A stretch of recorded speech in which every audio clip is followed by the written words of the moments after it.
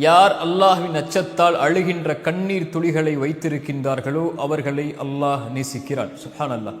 அல்லாஹ்வுடைய தூதர் ஸல்லல்லாஹு அலைஹி வஸல்லம் சொன்னார்கள், 2 கண்களை நரகம் தீண்டவே தீண்டாது. அதில் ஒரு கண் அல்லாஹ்வுடைய அச்சத்தால் அழுகின்ற கண்ணீர் துளிகளை சுமக்கின்ற கண்.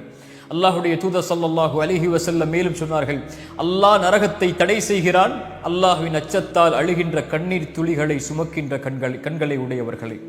அல்லாஹ்வுடைய தூதர் ஸல்லல்லாஹு அலைஹி வஸல்லம் மேலும் சொன்னார்கள், அல்லாஹ் நாளை மறுமையில் அர்ஷின் நிழலை அளிப்பான். அதில் ஒருவர் தனிமையில் இருந்து அல்லாஹுவை நினைவு கூறுவார்.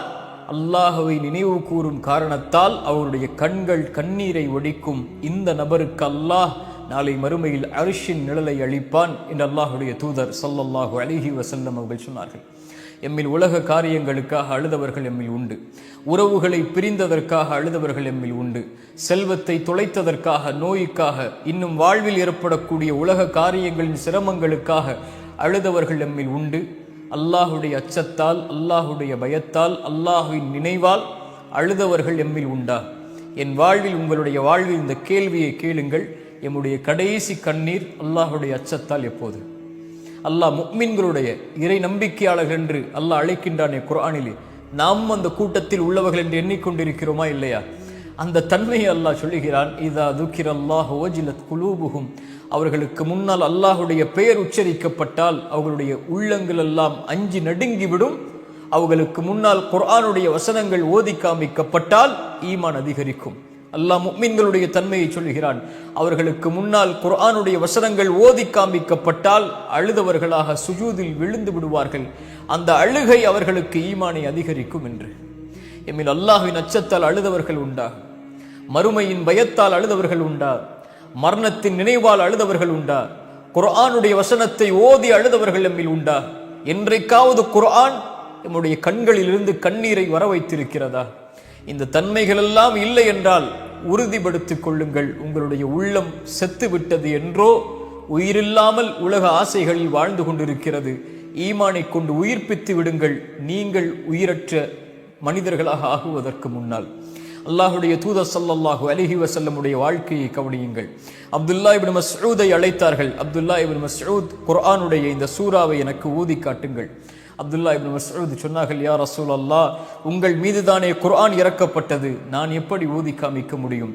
இல்லை அப்துல்லா இப்னு மஸ்ஊத் அவர்களே, நீங்கள் ஓத நான் கேட்க வேண்டும் என்று ஆசைப்படுகிறேன். பிறர் ஓதி நான் கேட்பதை ஆசைப்படுகிறேன். அவர்கள் அந்த சூராவை ஓத ஆரம்பிக்கிறார்கள். சூரத்து நிசாவுடைய வசனங்களை அல்லாஹுடைய தூதர் ஸல்லல்லாஹு அலைஹி வஸல்லம் அவர்களுக்கு மறுமையுடைய வசனங்கள் வருகின்றது. மறுமையுடைய காட்சி ஒன்று அவர்களுக்கு முன்னால் ஓதப்படுகிறது. அல்லாஹுடைய தூதருடைய கண்களை பற்றி அப்துல்லா இப்னு மஸ்ஊத் சொல்கிறார்கள், நான் பார்த்தேன் அவர்களுடைய கண்கள் தாரை தாரையாக கண்ணீரை வடித்துக் கொண்டிருந்தது என்று. சுப்ஹானல்லாஹ். அல்லாஹுடைய தூதர் கபரை நினைத்து அழுதிருக்கிறார்கள். நபித்தோழர்களுக்கு முன்னால் உட்கார்ந்திருக்கிறார்கள். ஜனாசாவை அடக்கம் செய்துவிட்டு ஒரு குச்சியை வைத்து மண்ணில் தேய்த்து கொண்டு அல்லாஹுடைய தூதர் சொன்னார்கள், நீங்கள் கபருக்காக, மன்னரை வாழ்க்கைக்காக உங்களை தயார்படுத்திக் கொள்ளுங்கள் என்று கூறி அல்லாஹுடைய தூதர் அழுதார்கள். நபித்தோழர்களை பார்த்து அல்லாஹுடைய தூதர் ஸல்லல்லாஹு அலைஹி வஸல்லம் சொன்னார்கள், நான் அறிந்ததை நீங்கள் அறிந்தால் குறைவாக சிரிப்பீர்கள், அதிகமாக அழுவீர்கள்.